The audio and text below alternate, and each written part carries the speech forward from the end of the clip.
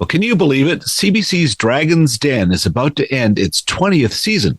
My next two guests know it. They're returning champs and have the multi-million-dollar deals to prove it. Meet them next on Brio TV, the podcast.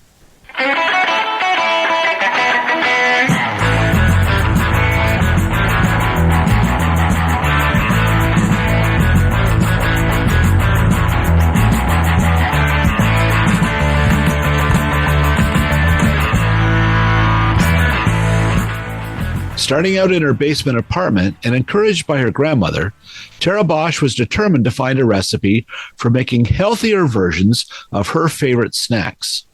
She created SmartSweets and grew it into the #1 low-sugar candy brand in North America. It's available in 130,000 stores, and it's helped consumers kick over 5.6 billion grams of sugar.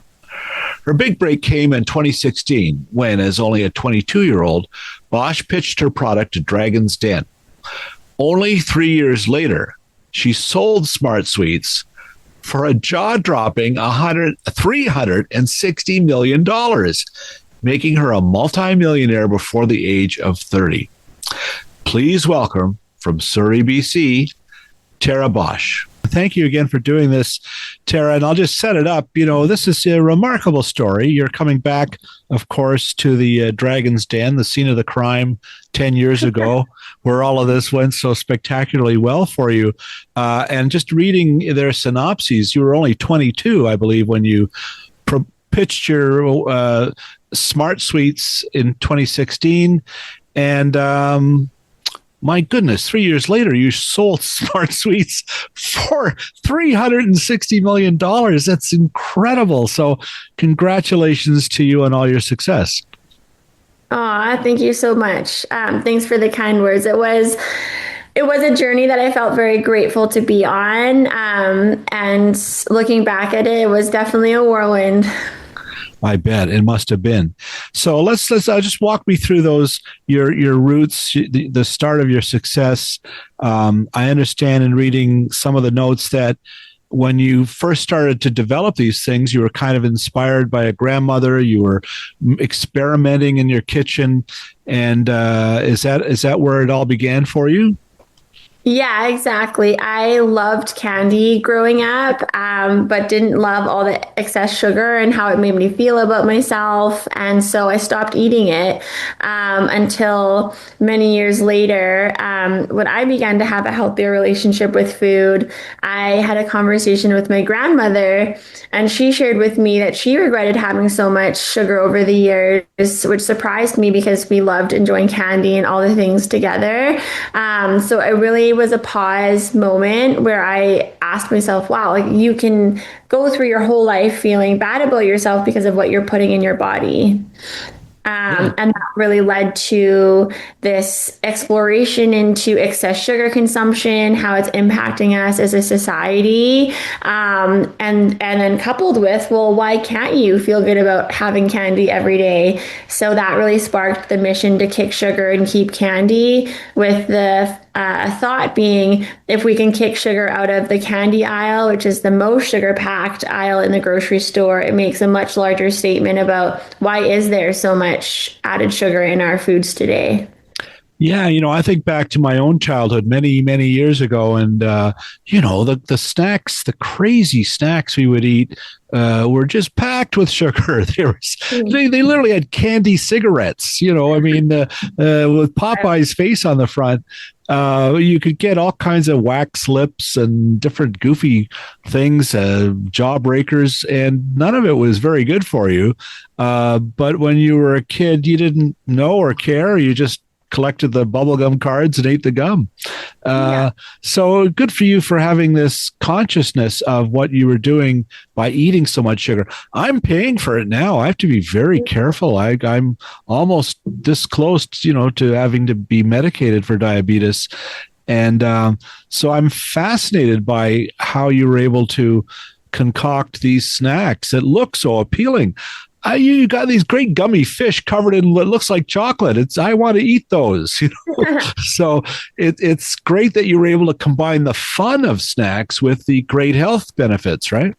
Yeah, I mean, I think exactly what you said on the childhood joy. Like candy is something that brings us all joy at some point and fond memories of going to the corner store, whatever it may be for each of us. And so it was really just wanting to bring back that joy and thinking, if in a world where we have robots and all these things, we should be able to feel good about what we're putting in our body and enjoy the foods that we love. So explain, how are you able to, because I went on your site and you've got a great illustration of a bag of SmartSweets, some gummies, and that yours have like 4 grams of sugar, and the equivalent for most snacks like that, it's almost 10 times that amount. And then you have fiber, you have the right balance, and it's not just sugar. Everything is kind of much more nutritious. Well, you must have had to experiment a lot to find a formula and land on something that tasted great and looked great, right?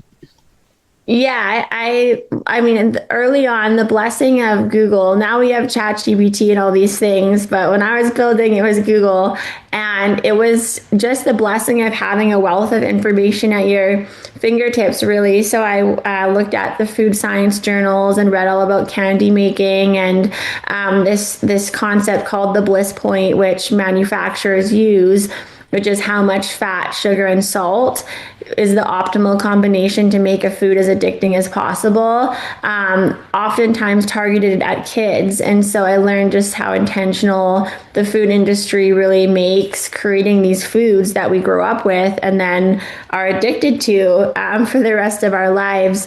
But I was able to find in different verticals ingredients that people had used that were novel to kick sugar in verticals like ice cream and things like that.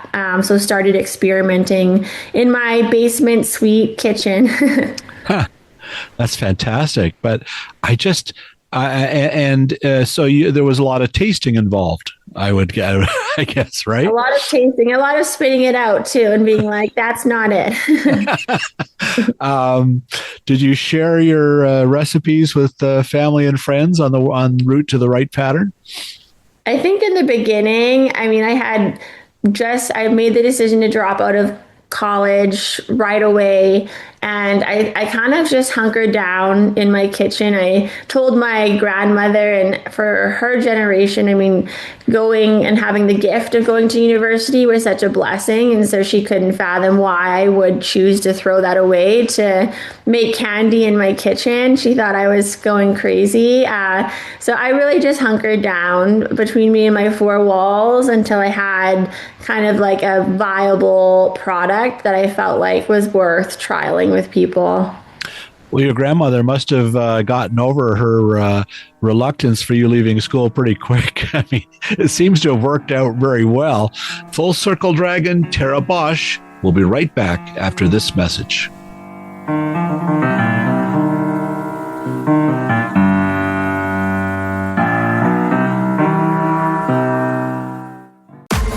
Now streaming. One house, 10 wild Canadians. This is Canada Shore. We've come from all over Canada to the country's #1 party spot. It's gonna be next level. Better get ready. I love to start a fire. So ready to show it all, baby. There goes the neighborhood. Is someone here? The boss is here. Canada Shore, now streaming on Paramount Plus. Our next Full Circle Dragon hails from Vancouver, Tara Bosch. She was only 22 when she braved the den with her sweet concept to kick sugar and upend the candy aisle. SmartSweets was a kitchen experiment turned gobsmacking success. Someone's going to win the race of naturally addressing sugar in confectionery, and SmartSweets can be that player. Just 3 years after her den debut, Tara sold SmartSweets for a jaw-dropping $360 million. Since then, she's launched Bold Beginnings, a mentorship program for female founders under 40. Oh my God. And now, at 31 years young, she's dipping into a new startup, Snackish, conquering another grocery category. Here in her full circle moment, this innovator returns to the den to invest in the next generation and prove sweet dreams can come true. For anyone who's ever asked themselves the question, why me? I'm here to say, why not you? Put down those snacks. We're back. Talk to me about your experience then in Dragon's Den when you were just 22 and pitching. That's an intimidating place to step into. Were you nervous? Did you feel you had the right product? How did that go that day? Yeah, it's funny because it was my grandmother watching Dragon's Den, that episode, that really made her understand entrepreneurship, which was kind of a full circle moment in itself, because I learned about entrepreneurship when I was a teenager through Dragon's Den and watched the show obsessively every single episode. I'd write down ideas I had on a piece of paper, but at the time didn't think I was ever capable of acting on them, and was just so in awe of these entrepreneurs who had the courage to move forward boldly with their ideas and the impact that they believed they could make in the world. So with SmartSweets, when I had the opportunity to go on the show, it was completely a surreal, out-of-body experience. I remember I blacked out walking down the stairs and thought that I was standing in front of the dragons for a couple minutes, but it was actually almost an hour. It was a huge moment of just like when you're a kid learning to ride a bike and you look back at your parent and you're like, I'm doing it. It was one of those big moments where I was like, wow, like to my younger self that would sit on the couch watching Dragon's Den, not believing I could ever be capable of acting on an idea, to look back at her and be like, we're doing it. Well, and I've heard it said it's not just the product that you're selling; it's the pitcher, it's the person that is the you have to have the right combination to impress the dragons or to express enough that they have confidence in you being able to do this, right? So, is that what you found when you were there pitching? Yeah, I think I felt very convicted in the vision, and I knew SmartSweets and the business and our numbers inside out. And so I felt really ready from that perspective. I think watching the dragons' raw reactions and their feedback, it was really helpful to kind of consider around the bend different watch outs and things that we should build solutions for before they become obstacles. But it was a very surreal moment. Well, which dragon really got it when you were in there? Was there one individual? Was there a couple that jumped right over this idea? I was very fortunate where all the dragons ended up offering and believing in SmartSweets' vision. I ended up going at the time with Jim because he was from Vancouver, and he really just got it from like the second that I walked down there and started sharing. But it was really validating to hear that they all got that universal feeling of wanting to enjoy candy and then not doing it because of the sugar and having something that could reintroduce candy in your day-to-day life. And of course, Jim had a background in food, in restaurants, so yes. that would have helped too. So when you were able to show them numbers and do the math, I mean, you were selling stuff out of the trunk of your car, weren't you, at one point? Like, how did you build up this inventory of proof when you went in there? Yeah, I mean, I liken it, I feel like, startup life or bringing an idea to life to rolling like a giant ball up a mountain that could come down and crush you at any time. And that's how it felt like every day. Yeah, I started when we launched on shelves. I did the very first deliveries from my Honda Fit hatchback. And I remember the very first retailer I did donuts in the parking lot because I was so paralyzed by fear and insecurity and feeling like an imposter to walk out there and deliver my product to the store. And then I just kept on banging down the door on where I thought our core consumer that we were creating the most radical value for was, and got a lot of no's, but all you need is one yes and a pile of no's to keep the ball moving forward. Wow, good for you. So would you say you knocked on 20 doors to get two to open? Oh, far more. I'd say there was probably at least 100 knocks before the first couple opened. But I mean, I think when you look at it through the lens of no one is ignoring you, everyone is just busy. And if you feel like you can create authentic value for them, then you should continue to be persistent and just find the way. I know the Whole Foods buyer, he liked beer. So in the subject title, I put free beer, and that was how he opened the email and we got it going. So you have to just be relentless, I think. Relentless and crafty. Good for you. Where did you draw from on this? Was there members of your family that empowered you or helped you to believe in yourself and give you the courage to try this?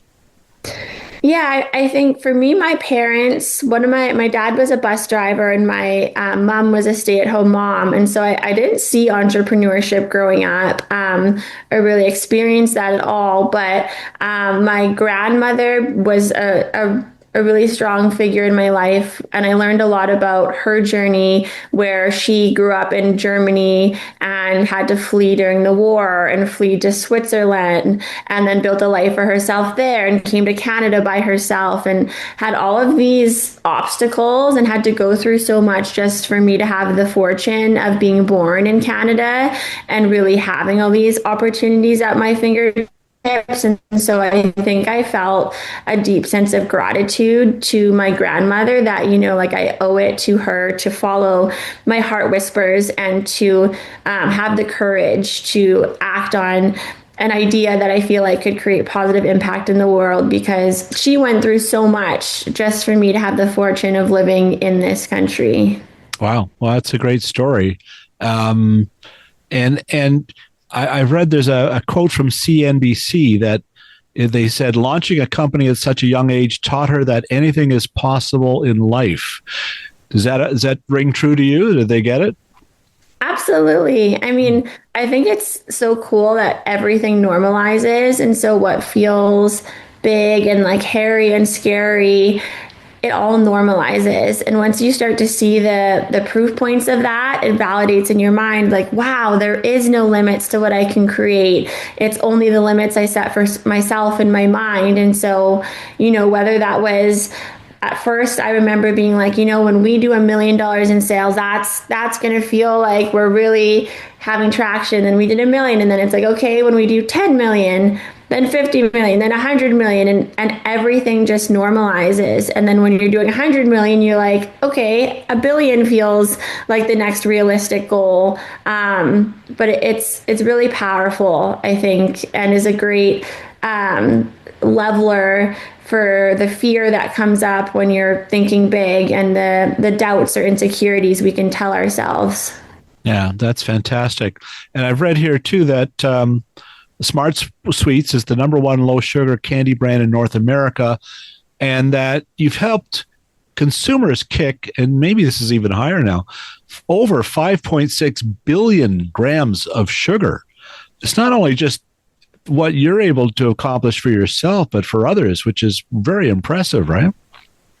I mean, I'm a big believer that I think entrepreneurship is so hard that if you're not working towards something in service of something that's larger than yourself, I think it's just too hard. And so having that deeper why, for me, it was that mission to kick sugar. And it was, having the mom walk down the grocery aisle who hasn't had candy in years and be able to have that permissibility and cry and having that moment of joy brought back to her, like when she was a kid. Or the one of the most powerful, I think, moments that sticks with me through the lens of impact was for Halloween, SmartSweets. We were able to bring them to different children's hospitals, and those kids were able to have added sugar. And so just that feeling of normalcy as a kid at Halloween and getting to have candy, the impact is what made me wake up every single day and through the hardness stay committed and focused to moving through it, because it wasn't about me, it was about something much larger than me. Fantastic. Full Circle Dragon Tara Bosch will be right back after this message.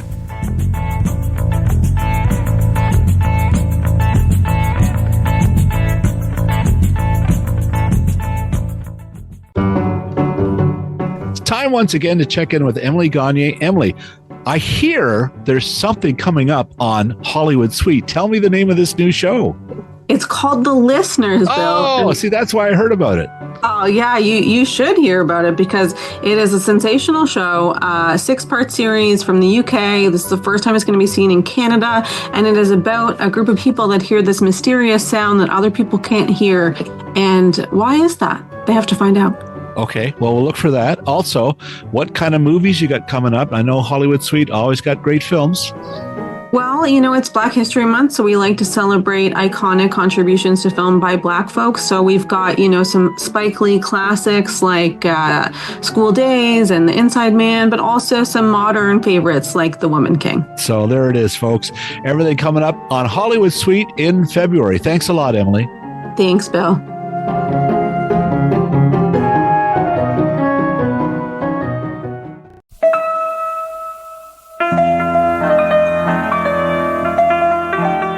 Put down those sugary snacks. We're back.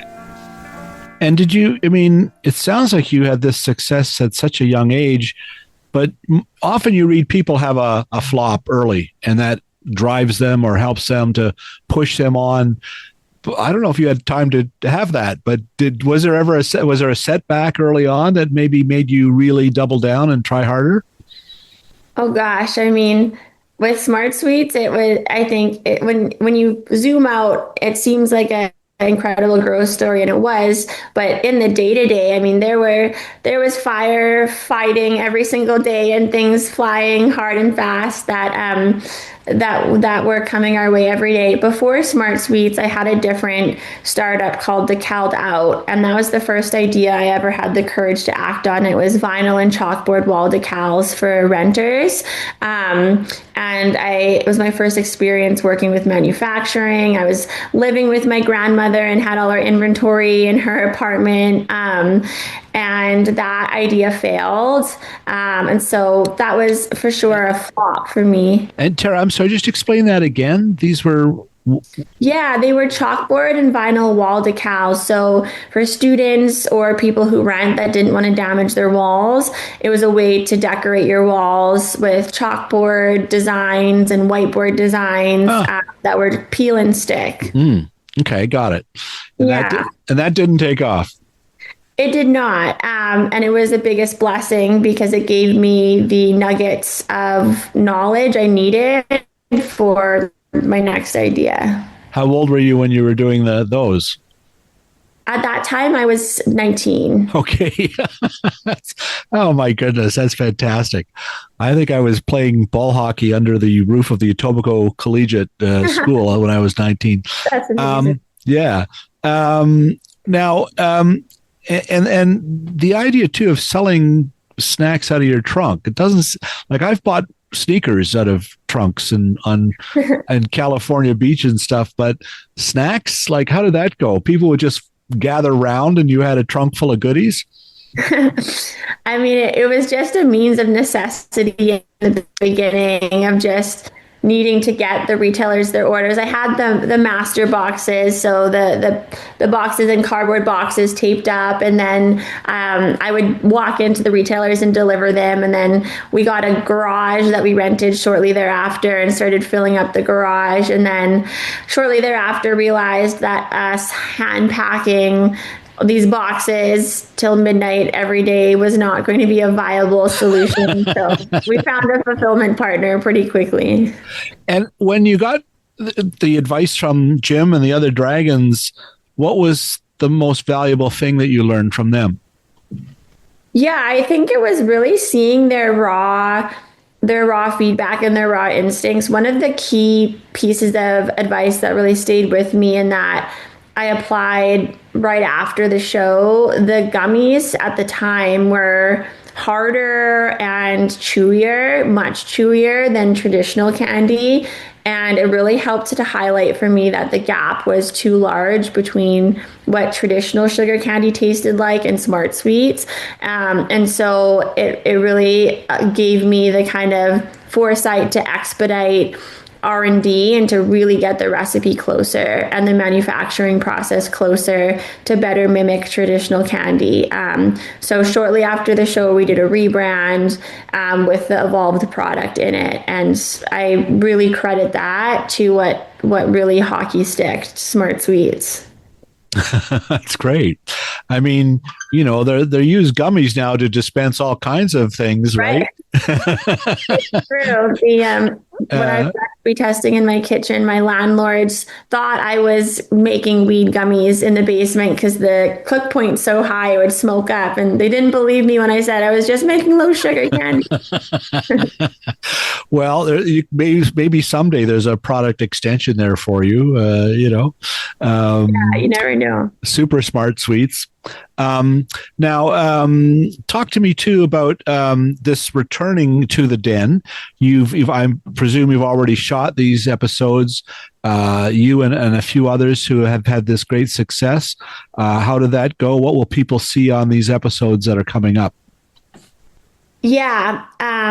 We had the fortune as myself, Jay Klein from the Pure Company, Mark, Joanna from NYX, and Barb from Seven Virtues. And yeah, it was an incredible opportunity to return to the den that we all once stood and really show up for other Canadian entrepreneurs in the way that the Dragons showed up for us in the past. And so we shot 2 episodes that will be airing next Thursday, February 26th and March 5th. And yeah, honestly, I think the coolest thing was in all of us coming back, because we had all been on the show previously as pitchers. We knew exactly what it felt like to stand on the other side and be standing in front of the Dragons and having truly that full circle experience. And for me, felt like almost a double full circle from being obsessed as a teenager and watching the show. And I think the thing that really resonated the most for me was really having the opportunity for other girls, women, people with an idea to hopefully see my story and think to themselves, if she did it, then I can too, because that's true. Well, I'm speaking, of course, with Tara Bosch from SmartSweets, who created this product and sold it so successfully. And you're developing new ideas, but are you still involved with SmartSweets? Is it still a venture that you're very hands-on with? I'm on the board of SmartSweets still, but I'm not operational. I became really passionate about supporting other women entrepreneurs through my journey, building SmartSweets and experiencing a whole slew of self-doubt, insecurity, imposter syndrome. So created an impact accelerator called Bold Beginnings. Yes. To support women in bringing their ideas to life. And as well, I'm now back in company building again and bringing a new vision to life in a different aisle of the grocery store. So feel very grateful to be able to, yeah. And you've got a clever name for that as well, right? Yes, the name of the new vision is Snackish. And at Snackish, we're really innovating the everyday snack for a new generation, starting with potato chips that Thank you. Everybody loves snacks, right? And you do feel guilty eating chips because they're loaded with salt. I guess, is that where you're going to address salt just the way you addressed sugar? Yeah, there's several things in chips that, to your point, it's like I love chips as well and would eat them every day, but I just don't feel great. And my toddler last year, she called them the yellow chips. They were Lay's chips, and she would just be eating them every day. And I was like, there must be something better. And so, yeah, we are addressing salt. We're adding potato protein, avocado oil, gut happy fiber to really innovate the craveable chips that you know and love, but making them something you can have every day. Oh, that's fantastic. I'm looking forward to it. You're going to extend my life. Thank you. And the Bold Beginnings is a wonderful idea. Good for you for directing these programs to help young female entrepreneurs.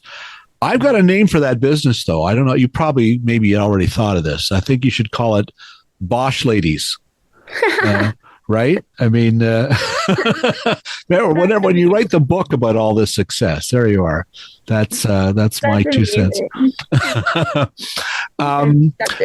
Well, congrats on everything, Tara. This is very exciting. And what are you have a young daughter. What are her favorite snacks? She is obsessed with chips and candy, and it's funny because she's just naturally grown up with SmartSweets, and so it's all she knows and the only candy that she's really ever had. But with chips, she knows she's a part of the Snackish team and a very important member, and so she's been a part of building the Snackish vision from day one. Mm-hmm. That's fantastic. Could you see yourself being more involved with Dragon's Den? I mean, it's in its 20th season, but you've got the credentials now to be front and center on this show if you were interested down the road.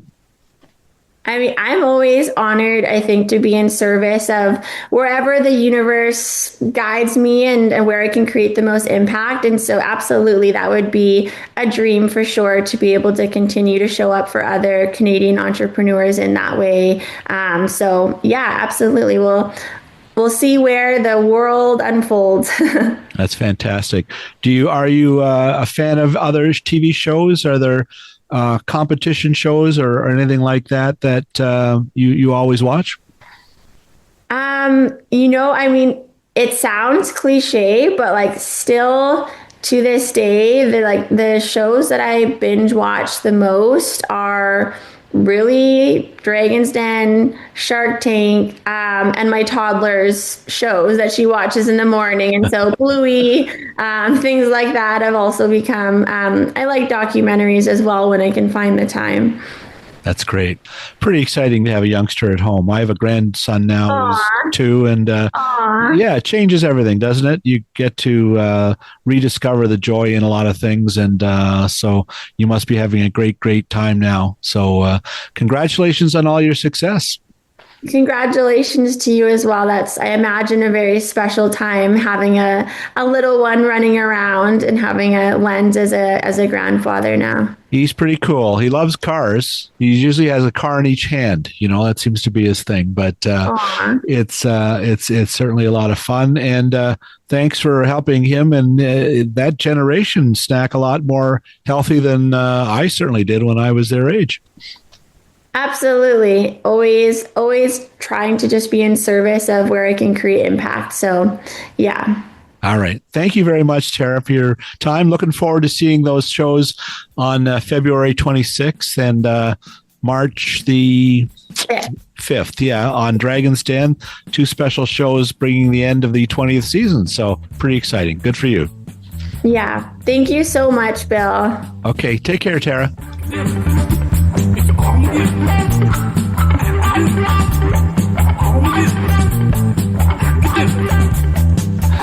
Well, thanks again to my guests, Full Circle Dragons Jay Klein and Tara Bosch. And don't forget to watch them February 26th and March 5th on the 20th season finale of CBC's Dragon's Den.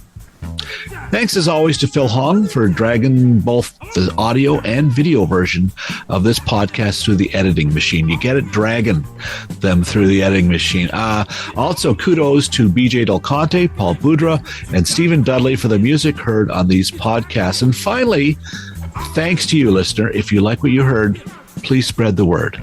I'm Bill Brio. Thanks for listening.